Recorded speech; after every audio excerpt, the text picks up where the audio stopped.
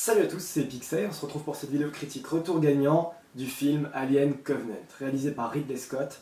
On y retrouve Catherine Waterston, qui était déjà dans Les Animaux Fantastiques il y a quelques mois, et surtout Michael Fassbender dans le casting principal, aussi Guy Pearce, qu'on revoit aussi un petit peu au début, c'est vrai. Et c'est un film que j'ai beaucoup aimé. Et enfin, je tiens le film que j'ai bien aimé sur une grosse licence de 2017, ça y est. Sur tout ce qui est blockbuster, sur tout ce qui est film à grosses attentes, on y arrive enfin avec Alien Covenant. Mais c'est dommage d'avoir attendu autant de temps, mais enfin voilà, avec autant d'essais, avec Logan. D'ailleurs, Michael Green, qui est le scénariste de ce film, a fait aussi le scénario de Logan. Et j'ai trouvé qu'il s'en était beaucoup mieux sorti ici. Là, il nous a pas pondu un film chiant avec des longueurs ou avec des redites totales. Non, ici, franchement, ce film vient éclaircir pas mal de choses, a vraiment un certain mérite, a été plutôt bien réalisé, je trouve. Il y a de bons éléments. Donc ça justifie tout à fait le reboot de Alien via Prometheus. On va beaucoup parler de Prometheus aussi. Mais c'est bien, franchement là ça commence à se construire, ça s'élabore, il y a pas mal de choses. On a un bon côté SF, on a un bon côté horreur. Là j'ai vraiment pris mon pied, j'ai eu une bonne séance de cinéma comme je l'attendais depuis maintenant longtemps, avec ce début d'année 2017 qui m'a pas vendu beaucoup de rêves, à part La Belle et la Bête. Sinon, niveau blockbuster, à côté de ça, j'en retrouve pas beaucoup que j'ai vraiment adoré ou que j'ai beaucoup aimé, à tel point comme Alien Covenant qui m'a séduit. L'histoire se déroule 10 ans après les événements de Prometheus. Le Covenant est un vaisseau spatial chargé de colons et de membres d'équipage qui vont coloniser donc une planète. Et il y a un accident au cours du voyage et tout le monde est réveillé. Il y a même le commandant qui va mourir, qui est joué par James Franco, c'est juste un caméo très rapide, il n'a pas un grand rôle dans le film, il va mourir dès le début. Et ils font les réparations, voilà, les membres d'équipage se réveillent, réparent le vaisseau, remettent à jour tout ça. Et ils captent un signal venant d'une planète qui est habitable, qui est beaucoup plus proche que celle sur laquelle ils doivent aller. C'est du blé, ça. Quelles sont les chances de trouver de l'agriculture si loin de la Terre? Qui l'a planté? Et donc il se pose la question de savoir est-ce qu'on va sur cette planète ici, en sachant qu'en plus on peut peut-être même la coloniser, ça nous éviterait d'aller dans nos caissons de sommeil pour attendre 10 piges encore d'arriver sur notre planète. Donc voilà, et ils décident donc d'aller sur cette planète d'où ils reçoivent le signal, et à partir de là, ils vont découvrir tout ce qui s'est passé sur cette planète, et il va y avoir pas mal de liens avec Prometheus. Il y avait pas mal d'enjeux. Il y avait vraiment beaucoup de paris autour de ce film, beaucoup de défis à relever, et le premier c'était d'éviter le reboot avec Alien. Et super, ça ne l'a pas fait, enfin le reboot, le remake plutôt. Il fallait vraiment éviter de recommencer ce que le 8e passager a fait, avec des membres d'équipage qui se font saigner un à un et on arrive à niquer l'alien à la fin. Ça y ressemble sur certains points quand même, vraiment. On n'est pas loin des fois des scènes très très proches, très ressemblantes.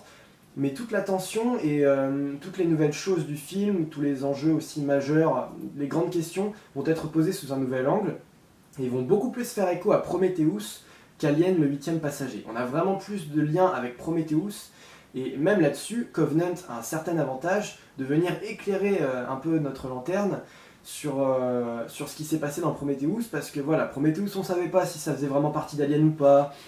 On n'avait pas vu assez l'alien dans le film, on savait pas si c'était vraiment très raccord, si c'était bien, s'il y avait des incohérences ou pas. C'était un espèce de brouillon un peu bordel, un peu bazar, dont on se posait plein de questions, et moi-même je n'avais pas aimé au cinéma, et pourtant, avec le recul, je me suis dit, au final, comment on peut juger un film qui est tout à fait incomplet comme ça? Eh bien, Covenant vient répondre à beaucoup de ces questions, et vient faire de Prometheus un film qui se rattache du coup parfaitement à la mythologie alien.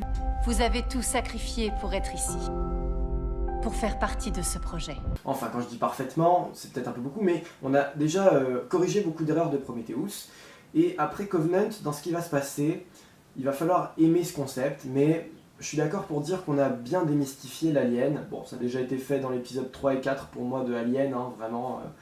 c'était un petit peu... Mais là, ici, on insiste encore plus, on va avoir des nouvelles espèces, des nouvelles variétés d'aliens.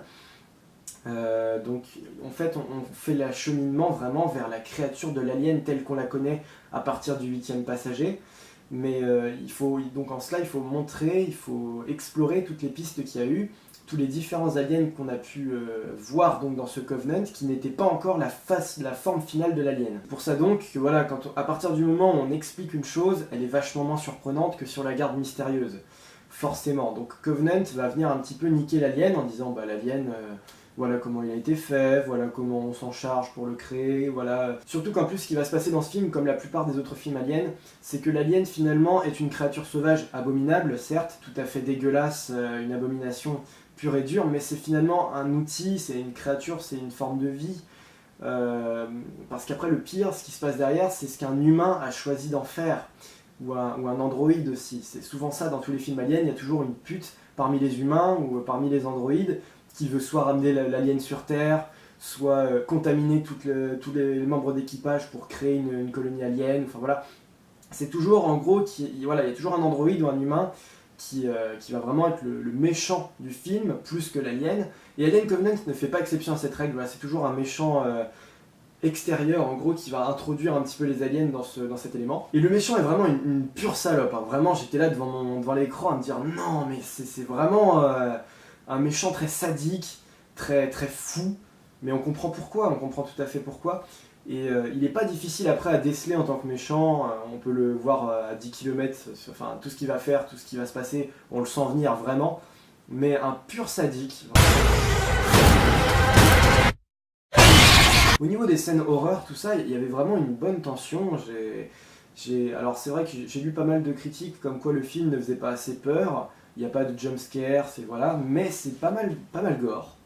Et bon après, non, franchement, je viens de revoir Alien le 8ème passager qui vieillit très mal, je trouve, à mon goût.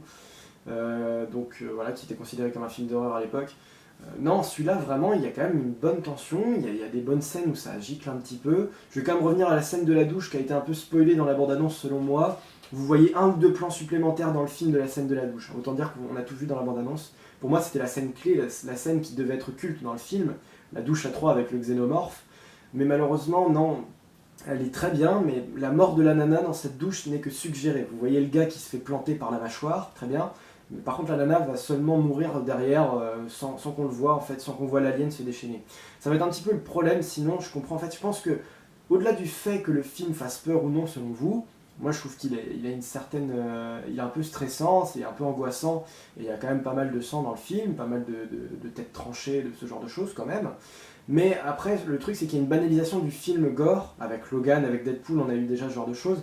Dans le cinéma tout public, on a un petit peu une banalisation du gore, et il aurait peut-être fallu laisser l'alien se déchaîner un petit peu plus dans cet épisode de Covenant, pour vraiment laisser cours à son pouvoir, à ses griffes, à sa mâchoire, à sa queue. Je crois qu'on ne voit même pas se servir de sa queue. C'est une chose que j'aimais beaucoup dans Alien vs Predator, c'est qu'on utilisait la queue de l'alien quand la reine alien tuait le Predator en lui enfonçant dans le dos, et que la nana même avait une queue d'alien en guise d'épée avec un bouclier en tête d'alien. Enfin voilà, la queue de l'alien est vraiment flippante elle aussi, c'est un espèce de dard affreux et ils s'en servent pas. Et l'alien ici, je crois qu'on le voit peut-être une fois ou deux en costume. Faudrait vraiment que je me le remate pour être sûr, mais sinon c'est de l'alien de synthèse qui est bien fait. Hein. Mais j'avoue que l'alien en costume aurait pu être plus utilisé. C'est toujours plus angoissant d'avoir un mâle physique plutôt qu'un mâle synthétique. Quand je dis mal, évidemment, c'est mal une créature mauvaise, quoi. Que ce soit un personnage ou autre, voilà, quand on a vraiment un costume, ça apporte vraiment quelque chose de flippant et d'authentique à ce que vous essayez de mettre dans votre scène. Donc là, ça manque peut-être de l'alien physique, c'est vrai. Mais après, faut peut-être pas non plus envoyer trop de pâté, parce qu'il reste d'autres films à voir, hein, bien sûr. Le film pose certaines questions, là aussi également, mais il reste d'autres films.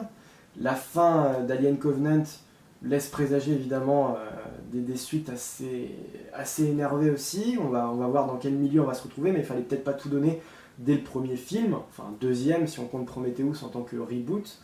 Et donc voilà, on va voir comment va se terminer cette histoire, comment ça va continuer et ce qui va se passer ensuite. Parce que là, clairement aussi, l'alien, ça s'appelle Alien Covenant, mais l'alien tel qu'on le connaît, l'alien noir, donc voilà, vous le voyez sur les 10 dernières minutes de film. Où est-ce qu'elle est?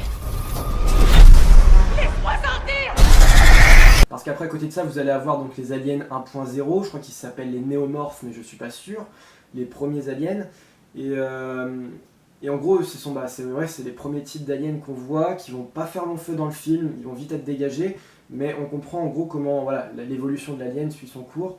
Et même après, dans les scènes gore, j'ai trouvé que les aliens, comme je le disais, ne se déchaînent pas assez, parce que les aliens blancs, les néomorphes, vont tuer des passagers, bien entendu, mais en gros, ils se donnent des coups, on voit pas vraiment de coups de griffe, C'est du sang qui gicle, mais on comprend pas vraiment pourquoi. Voilà, il n'y a pas de coup de mâchoire, il me semble, je me rappelle plus, mais enfin voilà. Il y a une tête tranchée à un moment, mais on n'a pas vu comment elle a été tranchée. Et en fait, les scènes les plus dégueulasses du film pour moi, vraiment les plus gore, ce sont les naissances d'aliens. Tout simplement, quand l'alien va sortir de son hôte, on a le gars qu'on voyait dans la bande-annonce qui pisse le sang dans le dos parce que sa colonne vertébrale est en train de sortir et qu'il y a l'alien qui va jaillir de son dos. On a le gars qui va vomir un alien par la bouche. Non, ça c'était vraiment les scènes les plus chocs du film. C'est dommage parce qu'à côté de ça, quand l'alien attaque, du coup, ça devient un peu plus banal, malheureusement. Donc Ridley Scott a quand même pas mal rattrapé son affaire. Je trouve que c'est vraiment pas mal. On a plus de liens, on commence à vraiment avoir un fil conducteur qui est pas mal, qui nous oriente vers de bonnes choses. Et vraiment, la réalisation est déjà un petit peu plus expliquée, un petit peu plus comprise que dans Prometheus. Et pour moi, Alien Covenant, c'est ce qu'aurait dû être Prometheus. Prometheus, on nous avait vendu ça comme les origines de l'alien, comme le départ, le point de départ de cette saga. C'est vrai que Prometheus l'est. Mais Alien Covenant apporte beaucoup plus de matière, d'éléments et de réponses. Donc pour moi, Alien Covenant, c'est exactement ce qu'aurait dû être Prometheus. C'est dommage. Il y a peut-être un petit film de retard. Alien Covenant, si tous les éléments de Covenant avaient été inclus dans Prometheus, ça aurait été, je pense que c'est ce qu'il voulait à Ridley Scott, hein. Mais après il y a une histoire de droit aussi.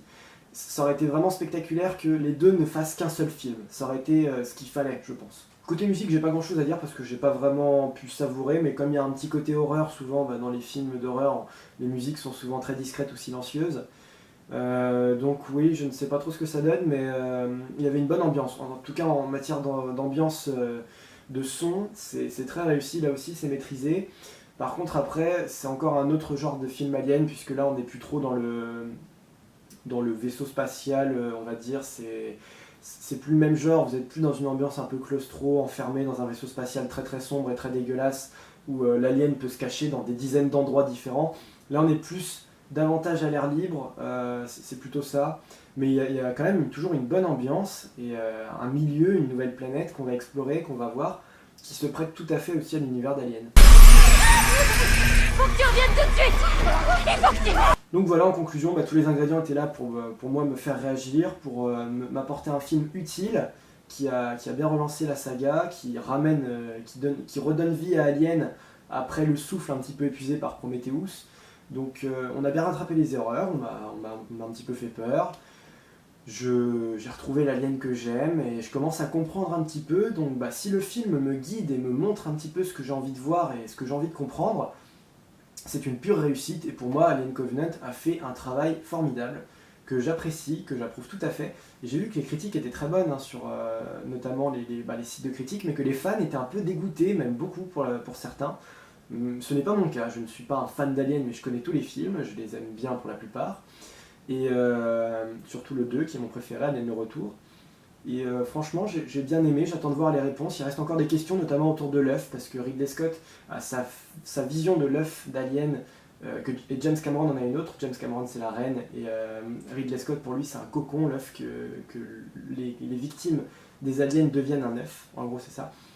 J'attends de voir les réponses, les suites, voilà, je suis très impatient de voir ce que ça va donner, parce que le film me tient vraiment en haleine, m'interroge, mais dans le bon sens, dans le sens où j'ai envie de savoir, et je sais que je tiens la réponse à portée de main, donc ça va plus tarder, et j'ai revu des aliens un peu énervés, et j'ai enfin vu la naissance de l'alien, comme j'aurais voulu la voir dans Prometheus, chose qui n'a pas été le cas. Ici, j'ai vraiment assisté à la naissance de l'alien, et après, il y a quelques libertés aussi, quand même, autour de cet alien, c'est pas toujours très raccord, je pense, où certains vont parler d'incohérence, mais pour moi c'est plus des libertés qu'ils ont prises, forcément, puisqu'on a différentes variétés d'aliens, on a différents modes de naissance d'aliens, l'acheminement, la création, l'évolution, tout ça font que forcément on va retrouver aussi des aliens qui vont être très différents, ou vont se comporter différemment, ou voilà, plein de choses, ou vont naître différemment, plein de choses comme ça, et ça fait des libertés et certaines surprises aussi, comme je dis, parce qu'il ne faut pas non plus tomber dans le remake du 8e passager, ou enfin voilà, du reboot sans surprise, forcément. Donc merci à vous d'avoir suivi cette critique. Il y en a d'autres qui vont pas tarder à arriver, notamment la critique de Pirates des Caraïbes, La Vengeance de Salazar. Voilà, et sinon je vous conseille vraiment d'aller voir Alien Covenant, qui était un très bon film. Merci à vous et salut à tous.